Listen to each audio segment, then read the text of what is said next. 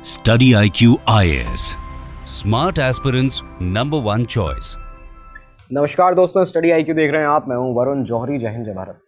आज के इस वीडियो में बात करेंगे भरत तिवारी एनकाउंटर केस के बारे में। एक ऐसा केस जिसने ना सिर्फ बिहार बल्कि पूरे देश को सन्न करके रख दिया है, चौंका कर रख दिया है। तो आज आपको बताएंगे इसकी हकीकत क्या है, असली कहानी भरत तिवारी एनकाउंटर की है क्या, क्यों भरत तिवारी की हत्या की गई, किन कारणों से ये सारी चीज़ें यहाँ तक पहुँची, क्या मांगे थी भरत तिवारी की और किस तरह से उसे मेंटली डिस्टर्ब बताने का प्रयास किया गया, क्या क्या लूपहोल्स रहे, कौन लोग इसमें संलिप्त हैं। पूरी डिटेल स्टोरी आपको आज हमें पता चलने वाली है। शुरुआत से अंत तक वीडियो को देखिएगा और सबसे ज़्यादा शेयर कीजिएगा, लाइक करिएगा वीडियो को, कमेंट करिएगा, अपनी राय ज़रूर बताइएगा। और दोस्तों, एक और ज़रूरी सूचना, अगर आप यूपीएससी सीएससी की तैयारी कर रहे हैं, करना चाहते हैं, आपका सपना है आईएएस आईपीएस बन के देश की तरक्की उन्नति में अपना योगदान देना, स्टडी IQ आपके लिए हमेशा हाजिर है, मौजूद है। इस वीडियो के लिए डिस्क्रिप्शन बॉक्स में आप जाएंगे, सारे कोर्सेज़ के आपको लिंक मिल जाएंगे, क्लिक कर सकते हैं और क्लिक करते ही आपको यहाँ पे जो भी आपके कोर्सेज़ हैं वो दिखते हैं। उन्हें परचेज़ करने के लिए, बड़ा डिस्काउंट उस पर पाने के लिए VJ Live ये आपका कोड है, इसे याद रखिएगा। VJ Live कोड लगाइए, अपनी तैयारी को आप मजबूत और आसान बनाएंगे। हमारी शुभकामनाएं आपके साथ हैं। अब आगे बढ़ते हैं, शुरुआत करते हैं हमारे इस एपिसोड की। जय हिंद। तो शुरुआत होती है साल 1997-98 के आसपास से।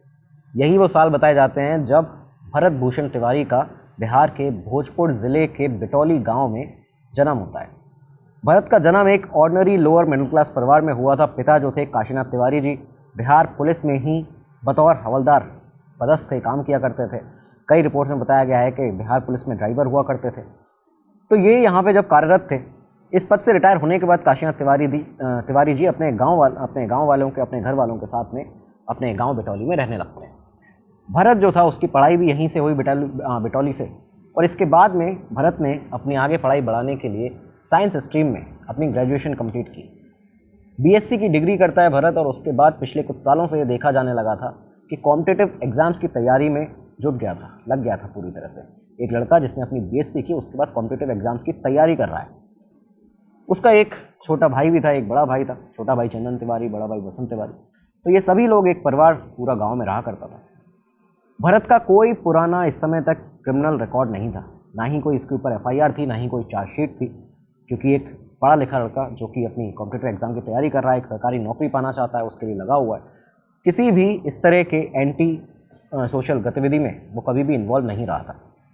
लोकल लोगों के बीच में भी उसकी जो एक छवि थी वो इस तरह के युवा की बनती जा रही थी धीरे धीरे करके, जो कि अपने आसपास के जो भी ऐसे लोग हैं जो गरीब हैं, उस तरह के हैं जिन्हें ज़रूरत है मदद की, उनकी मदद करता था। फ्लड के जो भी विक्टिम्स हुआ करते थे, क्योंकि ये जो पूरा जो गांव है, जो क्षेत्र है बिटौली और उसके बाद जवनिया, इसमें फ्लड की बहुत बड़ी समस्या है। तो यहाँ जो भी फ्लड विक्टिम्स होते थे उनकी मदद करता था। विस्थापित लोगों की जो आवाज़ थी उनकी आवाज़ बनता था भरत तिवारी। तो ये सारे काम उसने सोशल वर्क करना शुरू कर दिया था। और बीते सालों में ये भी देखा गया कि भरत ने सोशल मीडिया प्लेटफॉर्म्स का, विशेषकर फेसबुक का सहारा यहाँ पे लिया। फेसबुक के साथ आके अपना वहाँ पेज बनाया। उसके बाद में लोकल एडमिनिस्ट्रेशन के खिलाफ उनकी जो भी लापरवाहियाँ होती थी बिहार में, भ्रष्टाचारी है, तमाम सारी जो भी चीज़ें हैं उनको उजागर करना उसका एक काम बन चुका था। अब वो सोशल मीडिया के सहारे, अपने पेज के सहारे कभी भी लाइव चले जाना, वीडियो बना के फ़ोटोज़ डालना, कई पोस्ट लिखना, तो सारी जो भी भ्रष्टाचार था, जो भी चीज़ें थी, उनको उजागर करता रहता था। भरत के जो परिवार के सदस्य थे उनके अनुसार ये बताया जाता है कि गांव में इस समय तक वो एक इलेक्ट्रिक बाइक का शोरूम भी डालना चाहता था, एक खोलना चाहता था ऐसा शोरूम, और जिसके लिए उसने लाइसेंस भी यहाँ पे प्राप्त कर लिया था। तो अपने करियर को भी आगे बढ़ाता जा रहा था, अपने फ्यूचर को भी आगे देखकर प्रॉपर काम कर रहा था एक लड़का।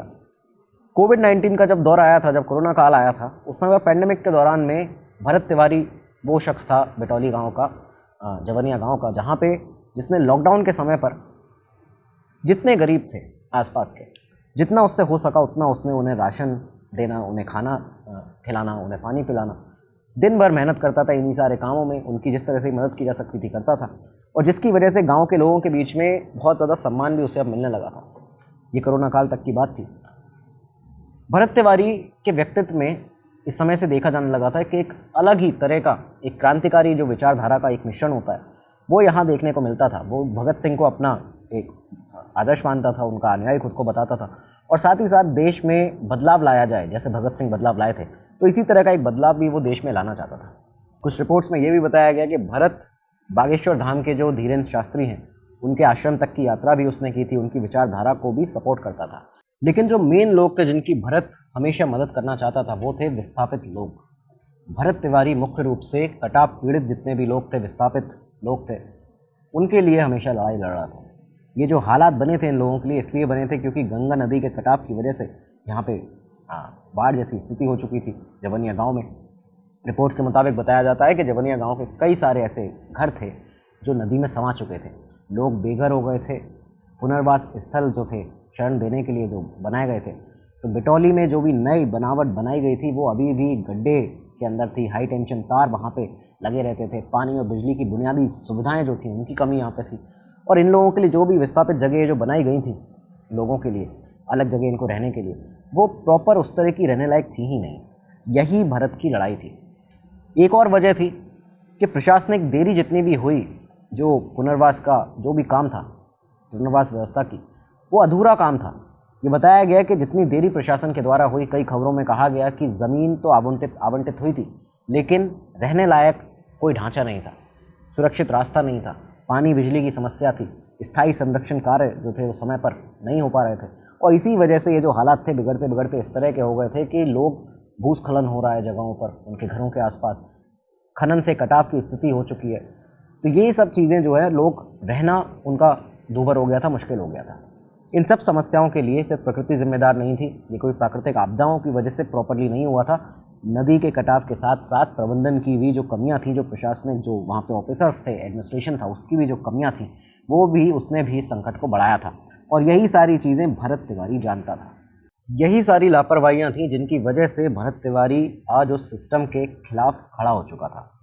लेकिन साल 2026 आते आते, साल 2026 की जब शुरुआत हुई, इसके बाद से ही देखा गया कि भरत का सिस्टम के प्रति जो फ्रस्ट्रेशन था वो इस हद तक बढ़ चुका था कि एक गलती जो बताई जाती है कि एक गलती थी जो भरत से हुई, एक गलती उससे हो जाती है।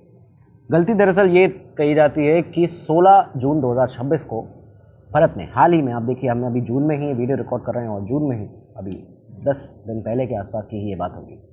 16 जून 2026 को भरत ने सोशल मीडिया पर, फेसबुक पर अपने लाइव में एक कंट्री मेड रिवॉल्वर, एक कंट्री मेड पिस्टल यानी कट्टा जिसे कहा जाता है, एक कट्टा लहराते हुए एक वीडियो पोस्ट किया और उसमें उसने वार्निंग दी थी। उसने कहा था कि अगर अगले 1-2 दिन के अंदर सिस्टम ने ठीक तौर पर काम नहीं किया, जवनिया गांव में जो फ्लड विक्टिम्स हैं उनके रिहेबिलिटेशन एरिया के अंदर मिट्टी भराव का काम नहीं किया गया, उन्हें सहूलियतें नहीं दी गई, तो वो यानी भरत तिवारी खुद सिस्टम से भिड़ जाएगा, उसके खिलाफ पूरी तरह से सामने उतर जाएगा और देश में एक नई क्रांति की शुरुआत कर देगा। अब जब ये वीडियो वायरल हुआ तो इसके बाद में उस पूरे एरिया में, बितौली थाना क्षेत्र में जो जवनिया गांव था, वहाँ पे इसी दिन 16 जून को ही शाहपुर पुलिस के एसएचओ राजेश मलाकर अपनी टीम के साथ यहाँ पे इस वीडियो के सिलसिले में इंक्वायरी करने भरत के घर पहुँचते हैं। देखा ये गया, वहाँ पे भी एक वीडियो वायरल हुआ जिसमें पता चलता है कि आरोप ये लगाए जाते हैं कि भरत ने उन पर भी अपनी पिस्तौल जो थी वो तान दी। उस समय उसकी माँ जो थी वो बीच में आती हैं, भरत की माता जी बीच में आई और उन्होंने बीच बचाव किया। पुलिस की टीम यहाँ से बिना कोई एक्शन लिए वापस लौट जाती है। ये जो फेस ऑफ रहा था, एक तरह से पहली दफ़ा एक प्रॉपर फेस ऑफ जो था भरत का पुलिस के साथ में, बिहार पुलिस के साथ में। इस फेस ऑफ में जब वीडियो इसके वायरल हुए, न्यूज़पेपर में भी इसको छापा गया, पब्लिश हुई रिपोर्ट, तो भोजपुर पुलिस की कड़ी किकियाई हुई। ये बताया जाता है कि यहाँ पे भोजपुर पुलिस को बहुत एक तरह से लोगों ने ट्रोल किया, बताया कि भाई भोजपुर पुलिस डर गई। इस तरह की चीज़ें जब फैलाई गई यहाँ पे, तो पुलिस ने अपनी नाकामी को छुपाने के लिए एक स्टेटमेंट जारी किया। स्टेटमेंट में पुलिस के द्वारा ये कहा गया कि भरत तिवारी मेंटली अनस्टेबल है। एक बार में पुलिस ने उसे मेंटली अनस्टेबल घोषित कर दिया था। एक स्टेटमेंट जारी करते हुए ये कहा गया कि अगले दिन उसे सेफ कस्टडी में लेकर किसी मेंटल हेल्थ फैसिलिटी में भेजा जाएगा। अब आप देखिए कि एक लड़का जो कि बीएससी कर चुका है, कॉम्पिटिटिव एग्जाम की तैयारी कर रहा है, इस समय पर अहम जो मुद्दे हैं एरिया के वो उठा रहा है, लेकिन उसे सडनली मेंटली अनस्टेबल घोषित कर दिया जाता है। खैर, अगला दिन आया। अगला दिन जो था 17 जून 2026, ये वो दिन था जिस दिन सुबह से ही माहौल जो था बहुत ज़्यादा तनावपूर्ण देखने को मिलता है। हुआ कुछ ऐसे कि सुबह के 9 बजे भोजपुर पुलिस की जो टीम थी, स्पेशल टास्क फोर्स एसटीएफ के साथ, जवानों के साथ में, पूरी तरह से बुलेट प्रूफ से तैनात थे, साथ ही साथ ऑटोमेटिक वेपन्स उनके पास में थे। बिटौली गांव में पहुंच जाते हैं भरत तिवारी के घर। भरत के घर को चारों तरफ से घेर लिया जाता है 9 बजे सुबह पहुंचकर। 9:30 बजे के आसपास भरत तिवारी, जब उसे पता चला कि पुलिस आ चुकी है उसे ले जाने के लिए, पकड़ने के लिए, भरत अपने घर से बाहर निकलता है और उसके बाद अपने मोबाइल फ़ोन पर फेसबुक लाइव स्ट्रीम करना शुरू कर देता है। उसने फेसबुक पर लाइव करना शुरू किया। उसके हाथ में उस समय पर देसी जो पिस्टल थी उसकी वो थी, और उसके साथ ही वो बाहर अपने घर से यहाँ पे निकलता है, सामने आता है। 9:45 और 10 बजे के आसपास की बात थी जब सामने आया कि तनाव जब बढ़ने लगा आसपास, भरत तिवारी की बहसबाजी हुई पुलिस के साथ में, पुलिस के अफसरों के साथ में। यहाँ धीरे धीरे भरत तिवारी अपने घर से बाहर निकला और उसके बाद खुले मैदान में आ जाता है। सामने जो कच्ची सड़क थी उस पर चलने लगता है, आगे बढ़ता है। उसके बाद पुलिस के जवान उसके पीछे पीछे चल पड़ते हैं। ये पूरा जो सिनेरियो था आप अब वीडियोस में भी देखते हैं इनको लगातार में। 10:15 के आसपास की बात थी जब पुलिस वालों से जो भी बातचीत रही, फेसबुक लाइव लगातार चल रहा था। भरत पुलिस वालों को अपनी मांगे बता रहा था, अपनी डिमांड बता रहा था, और ये भी कह रहा था कि अगर इन डिमांड को मानोगे मैं सरेंडर करने को तैयार हूँ, सरेंडर करने में मुझे कोई दिक्कत नहीं है। पुलिस ने फाइनली आश्वासन दिया, बातचीत हुई, बहुत दूर से ये बातचीत हो रही थी लगन, लेकिन बाद में जब पुलिस ने आश्वासन दिया तो भरत ने अपनी जो पिस्टल थी लगभग 20 मीटर की दूरी तक उसको फेंकता है। उसके बाद अपने दोनों हाथों को खड़े करके लाइव स्ट्रीम जो थी उस पर कहता है कि हथियार इनको दे दिया गया है, और फाइनली इसके बाद इस सेंटेंस के बाद में वो जो बंदूक जैसे ही गिरती है वहाँ पे पुलिस वालों के पास में जाके ये जो लाइव स्ट्रीम थी वो बंद हो जाती है। इस लाइव स्ट्रीम के बंद होते ही यहाँ से वो भयावह जो दृश्य था वो शुरू हुआ है, उसकी शुरुआत हुई है। क्योंकि आप देखिए कि समय रहा करीबन 10:15 से 10:20 के बीच का।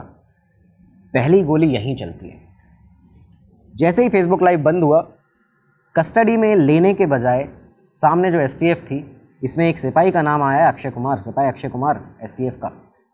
उसने भरत तिवारी की जांघ पर पहली गोली चलाई। भरत की जांघ पर गोली लगते ही भरत ज़मीन पर गिर जाता है।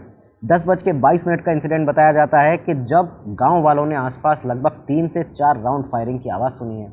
और बाद में आप अगर देखें तो जो डॉक्टर MH अंसारी हैं, उनके मुताबिक, उनकी रिपोर्ट के मुताबिक लोअर एब्डोमेन में पैरों में टोटल 4 से 5 गोलियां जो हैं वो मारी गई हैं।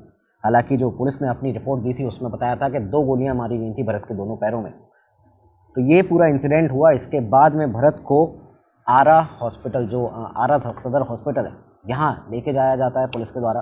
पुलिस की गाड़ी में उसको बिठाकर यहाँ पर जब लेके जाया गया तो देखा गया कि बहुत ही लो पल्स भरत की चल रही है, बहुत ज़्यादा लो पल्स थी। क्रिटिकल ब्लड प्रेशर जो था, ब्लड फ्लो भी बहुत ज़्यादा हो गया था। इसके कारण आरा सदर हॉस्पिटल के डॉक्टर्स ने इमीडिएटली PMCH पटना में भरत को रेफ़र किया।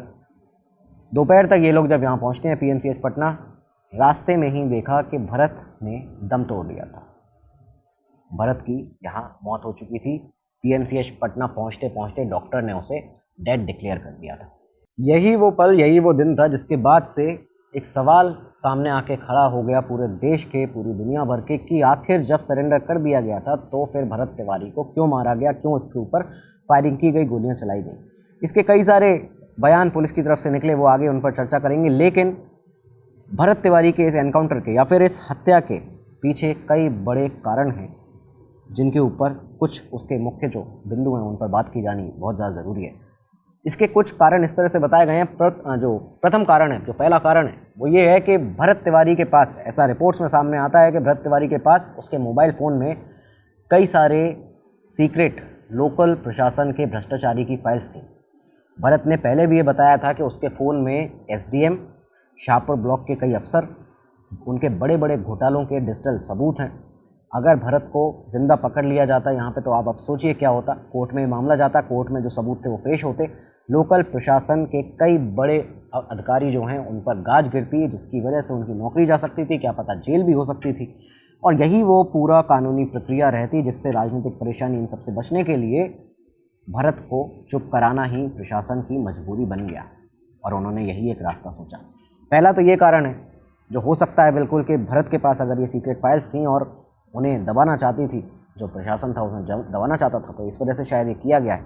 दूसरा कारण क्या हो सकता है, भोजपुर पुलिस का जो ईगो क्लैश हुआ 16 जून को। आप देखिए एक दिन पहले ही भरत ने जब SHO राजेश मलाकर के सामने कट्टा जो था उसको ताना था, और उसके बाद में उस समय पर पुलिस जो थी गांव से खाली हाथ पुलिस को लौटना पड़ा। पुलिस की जो एक इमेज को बड़ा धक्का लगा था इससे, क्योंकि रिपोर्ट्स में ये सारी चीज़ें छपी थी इसी तरह से। पुलिस के अंदर इस बात का शायद गुस्सा था, और यही वो गुस्सा था जिसको अपनी इज्जत के ऊपर सवाल बनाकर सामने पुलिस ने जो सरेंडर करने के बाद भी भरत तिवारी के ऊपर अपनी खुंदक का नतीजा एक तरीके से वो गोली चलाने से उसको निकाला है, उसको बनाया है। ये भी एक कारण हो सकता है।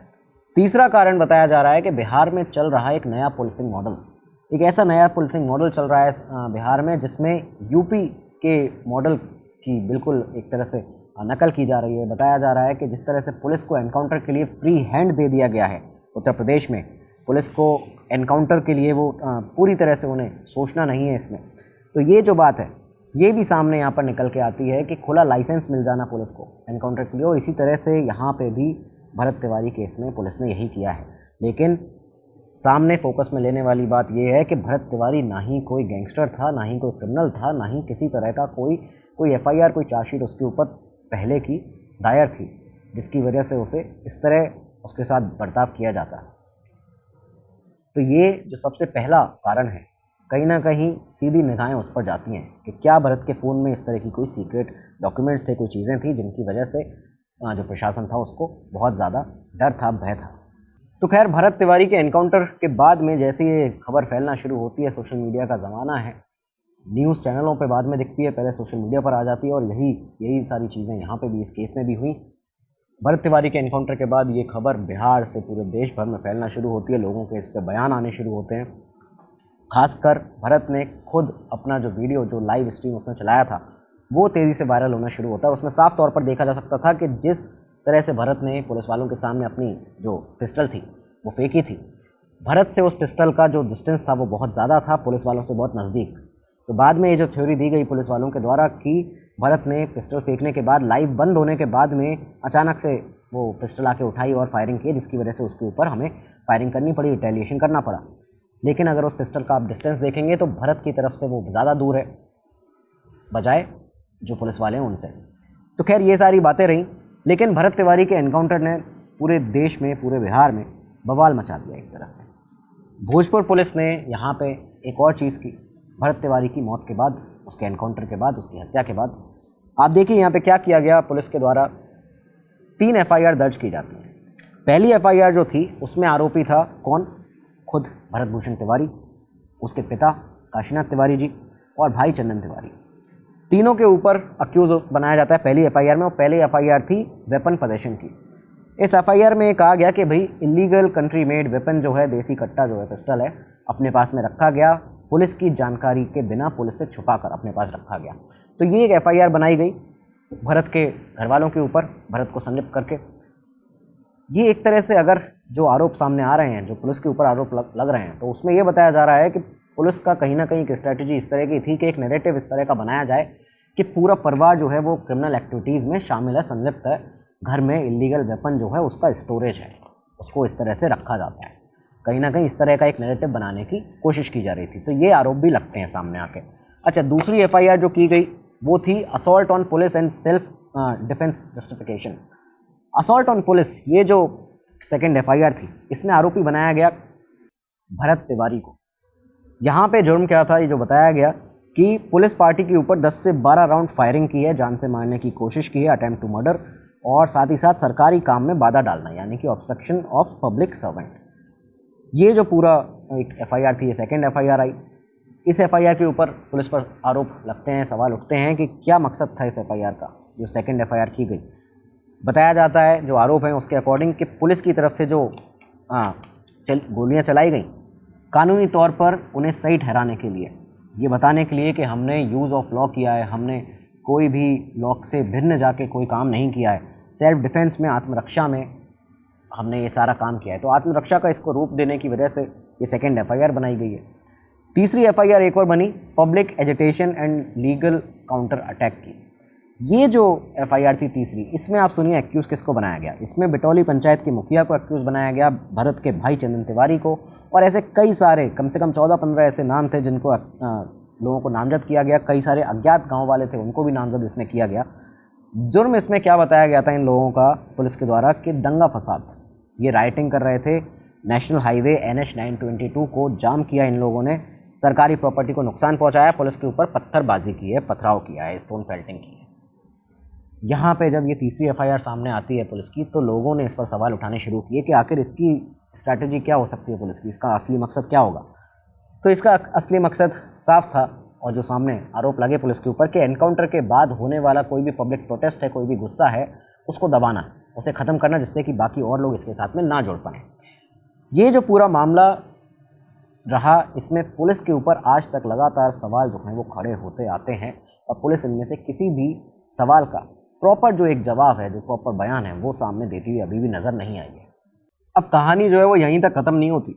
इसमें पुलिस के द्वारा जितनी भी बातें कही गई, जो दावे किए गए और मौका वारदात पर मिले जितने भी सबूत हैं, जो भी मेडिकल सबूत हैं या फिर फिज़िकल सबूत हैं, इन सभी के बीच में एक बड़ा विरोधाभास देखने को मिलता है। अब आप ये देखिए कि ये कैसे। पुलिस ने कहा कि भरत ने फायरिंग की हमारे ऊपर और रिटेलिएशन में हमने ये फायर जो है वो ओपन किया जब उसके दोनों पैरों पर गोलियां चलाई गई। हालांकि गांव वाले तो कहते हैं 3 से 4 गोली मारी गई, उसके बारे में ही बाद में आगे बात करेंगे। तो ये जो पुलिस का कहना है कि भरत ने गोली चलाई, इसका जो एविडेंस वहाँ पे मिलता है फेसबुक लाइव में, अगर आप देखें तो ये साफ दिखता है उस वीडियो में कि भरत ने सरेंडर करते वक्त अपनी पिस्टल को कम से कम 20 मीटर दूरी तक फेंक दिया था। पुलिस के पास में थी वो पिस्टल। विरोधाभास यहाँ पे ये है कि अगर हथियार पहले से ही 20 मीटर दूर फेंका जा चुका है, भरत अगर निहत्था है, तो कस्टडी में लेने के दौरान एसटीएफ पर उसने फायरिंग कैसे की? जब वो पिस्टल पुलिस के पास में थी तो फिर उसने और कोई वेपन उसके पास में क्योंकि था नहीं, इसके अलावा सिर्फ एक देसी इस कट्टे के अलावा, तो उसने फिर ये फायरिंग की कैसे होगी? तो ये दावा जो है वो पूरा सवालों के घेरे में आ जाता है पुलिस का कहना है कि रिकॉर्डिंग जब बंद हो गई, लाइव जब बंद हो गया, उसके बाद की ये घटना है। तो वहाँ पे जो गांव वाले हैं उन्होंने इस तरह की कोई चीज़ क्यों नहीं देखी? कई सारी बड़ी चीज़ें वहाँ पे सामने मिलती हैं, क्योंकि आप अगर वो वीडियो भी देखें तो आपको आसपास कई सारे गांव वाले भी उस पूरे मंजर को देखते हुए मिल जाते हैं, दिख जाते हैं। अच्छा, अगला जो विरोधाभास है वो क्या है? वो किस चीज़ पे है? गन शॉट इंजरीज़ के ऊपर, जो गोलियों के निशान मिले हैं। पुलिस का दावा है कि पुलिस ने सेल्फ डिफेंस में, आत्मरक्षा में भरत को रोकने के लिए, काबू में करने के लिए उसके पैर पर गोली चलाई।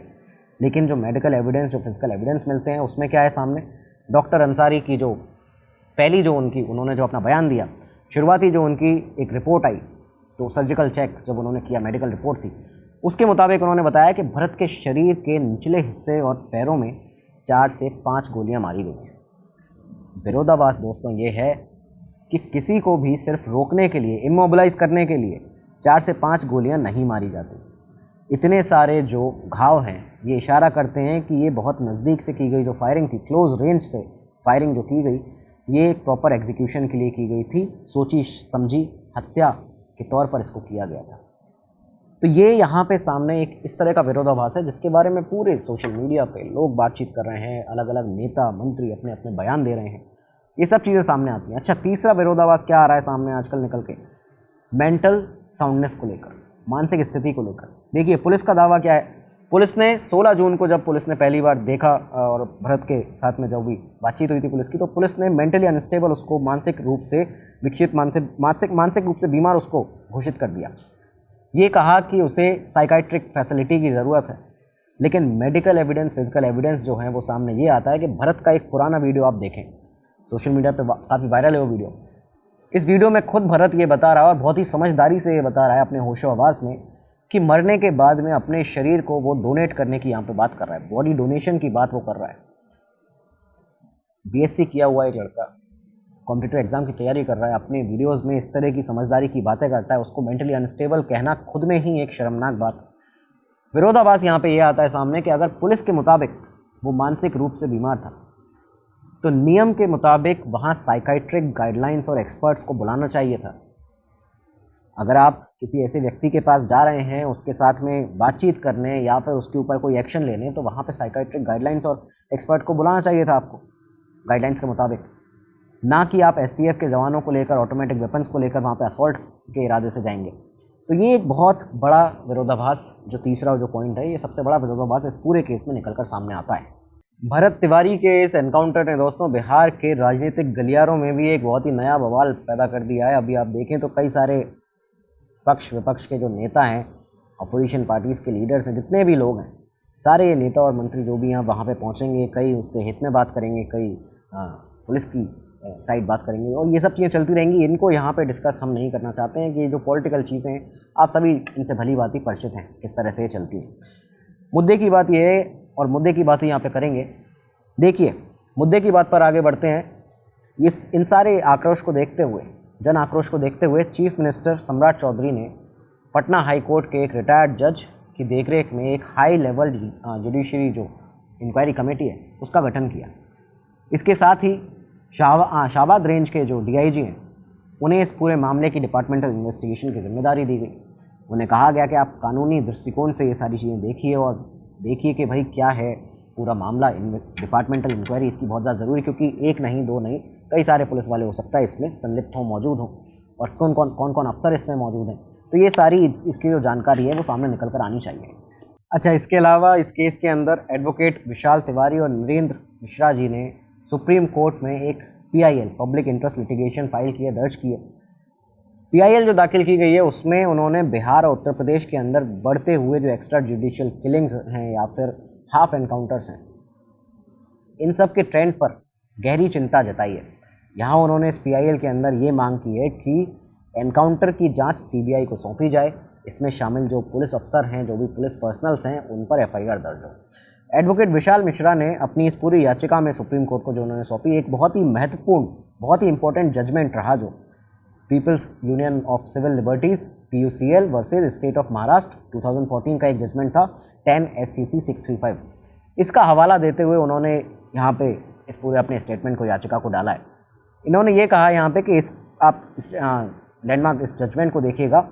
PUCL जजमेंट के तहत एनकाउंटर्स के दौरान पुलिस के लिए 16 कड़े गाइडलाइंस तय किए गए थे। गाइडलाइंस क्या थे? कई सारे गाइडलाइन में से कुछ जो आपको यहाँ बताए जाएं। हर एक एनकाउंटर के बाद तुरंत एक इंडिपेंडेंट एजेंसी या फिर CID की जांच होनी चाहिए और बुलेट फायरिंग करने वाले पुलिस पर्सनल के जो वेपन्स हैं उनकी फॉरेंसिक टेस्ट के लिए उनको भेजना चाहिए। दूसरा, भरत तिवारी के मामले में अगर आप देखें तो पुलिस ने उसे मेंटली अनस्टेबल बताते हुए डायरेक्ट STF टैक्टिकल यूनिट का उपयोग किया। सरेंडर के वीडियो के बावजूद यहाँ कोई मैजिस्ट्रियल इन्वेस्टिगेशन शुरू होने से पहले ही परिवार के 3 लोगों के ऊपर FIR दर्ज की गई, इंक्लूडिंग भरत तिवारी। ये गाइडलाइन के सीधा खिलाफ है, उसका उल्लंघन करता है। ये चीज़ यहाँ पे इस पूरी याचिका में डाली गई है। अच्छा, इसके अलावा जो हाफ एनकाउंटर ट्रेंड चल रहा है PIL में, यहाँ पे उत्तर प्रदेश के देवबंद जेल के उस मामले का भी जिक्र किया गया है जिसमें एडिशनल चीफ जुडिशियल मजिस्ट्रेट की विजिट के दौरान जेल में जो कैदी थे उन्होंने अपने पैरों के गोलियों के निशान दिखाए थे। उन्होंने यहाँ बताया था कि पुलिस ने उन्हें टॉर्चर करके शूट किया, पैरों में टॉर्चर करने के दौरान में पैरों में गोली मारी। तो इस तरह की जो कानूनी विरोधी हाफ एनकाउंटर काइंड ऑफ चीज़ें हैं, इस तरह की जो चीज़ें हैं, इनको बिहार में पूरी तरह से पैर पसारने नहीं देना चाहिए, इन्हें बंद किया जाना चाहिए। ये सारी बातें यहाँ पे उस याचिका में की गई हैं। अच्छा, इसके अलावा अगर आप ध्यान से देखें तो यहाँ पे जो कई मांगें हैं उनके बीच में एक मांग निकल कर आई जिस पे फोकस गया। वो मांग ये थी कि भरत तिवारी का जो मोबाइल फ़ोन है वो अभी भी पुलिस की गिरफ्त में है, पुलिस के कब्ज़े में है। लेकिन परिवार का और कानूनी सलाहकारों का लगातार एक बात पर डिमांड सामने जो आती है वो ये है कि फ़ोन को तुरंत कोर्ट सुपरवाइज्ड फॉरेंसिक स्टडी में भेजा जाए, वहाँ जमा किया जाए। क्योंकि अगर इस फ़ोन में लोकल SDM और शाहपुर ब्लॉक के भ्रष्टाचार जो है पूरा, जो वहाँ के अफसरों का भ्रष्टाचार रहा है, जो भी लापरवाहियाँ रही हैं, उसके अगर दस्तावेज़ हैं, उसके अगर ऑडियो लीक्स हैं, अगर वो बाहर आते हैं तो ये हो सकता है पूरी तरह कि ये मामला प्रशासन के लिए सबसे बड़ा संयुक्त भ्रष्टाचार का खुलासा बन जाए। इस वजह से उस फ़ोन को अपने प्रॉपर कस्टडी में लेना बहुत ज़्यादा ज़रूरी है कोर्ट के द्वारा। दूसरी चीज़ यहाँ पे आती है कि जुडिशियल कमेटी की जो रिपोर्ट है उसके आने के बाद में अगर ये प्रमाणित हो जाता है कि ये मांग है और ये डिमांड है जो की जा रही है कि जुडिशियल कमेटी की रिपोर्ट आने के बाद अगर ये प्रमाणित हो जाता है कि भरत ने सरेंडर कर दिया था, वो निहत्था था, और इसके बाद भी STF के सिपाही ने, या तो अक्षय कुमार या फिर बाकी जितने भी वहाँ सिपाही रहे हैं, ये जांच का विषय। देखिए, मैं यहाँ पे इस बात पर भी आपको गौर करना पड़ेगा कि जो STF के सिपाही की यहाँ पे बात की जा रही है, जिसका नाम लिया जा रहा है अक्षय कुमार, कई दफ़ा ऐसे जब बड़े केसेस हो जाते हैं, जब हाई प्रोफाइल केसेस होते हैं, तो कई दफ़ा छोटे पदों के जो अफसर होते हैं, जो लोग होते हैं, उनको फंसाया जाता है बड़े पदों के लोगों को बचाने के लिए। तो ये बात भी आप उदाहरण पहले के भारत में देख चुके हैं, कई सारे हमारे एपिसोड्स में भी देख चुके होंगे। तो यहाँ पे खैर जिस STF के सिपाही अक्षय कुमार की बात हो रही है, जिस सस्पेंडेड SHO की बात हो रही है, तो इनके खिलाफ प्रॉपर हत्या का जो केस है वो यहाँ पे रजिस्टर होना चाहिए, उसकी FIR, उनके चार्जेस उनके ऊपर लगने चाहिए। तो इस तरह की कई सारी डिमांड्स, कई सारी मांगें जो हैं वो सामने आ रही हैं और इन पर ध्यान देना बहुत ज़्यादा ज़रूरी है। ये देखने लायक होगा दोस्तों कि भरत तिवारी की जो हत्या का ये पूरा मामला है ये कहाँ तक जाता है, क्योंकि यही तय करेगा कि बिहार में शासन किस तरह से आगे चलाया जाएगा। तो ये आज का केस, आज का वीडियो बहुत ज़्यादा ज़रूरी वीडियो था। आप लोगों की लगातार डिमांड भी आ रही थी, आपने कमेंट्स भी किए, कई सारे मैसेजेस भी किए। उसके बाद ये वीडियो आज आपके लेकर हाजिर थे। अपनी राय कमेंट बॉक्स में ज़रूर बताइएगा। इसको शेयर ज़्यादा से ज़्यादा कीजिएगा अपने पूरे सर्कल में, आपके जितने भी फैमिली और फ्रेंड सर्कल है उसमें शेयर कीजिएगा, दोस्तों में शेयर कीजिएगा, उनसे भी कहिएगा आगे इसको पहुंचाएं। इस मामले में आगे एक इंसाफ मिलना बहुत ज़्यादा ज़रूरी है। तो दोस्तों आज का एपिसोड, अगले एपिसोड में मिलेंगे। अब दीजिए इजाज़त, नमस्कार, धन्यवाद, जय हिंद, जय Bharat. Study IQ IAS, making India smarter and better.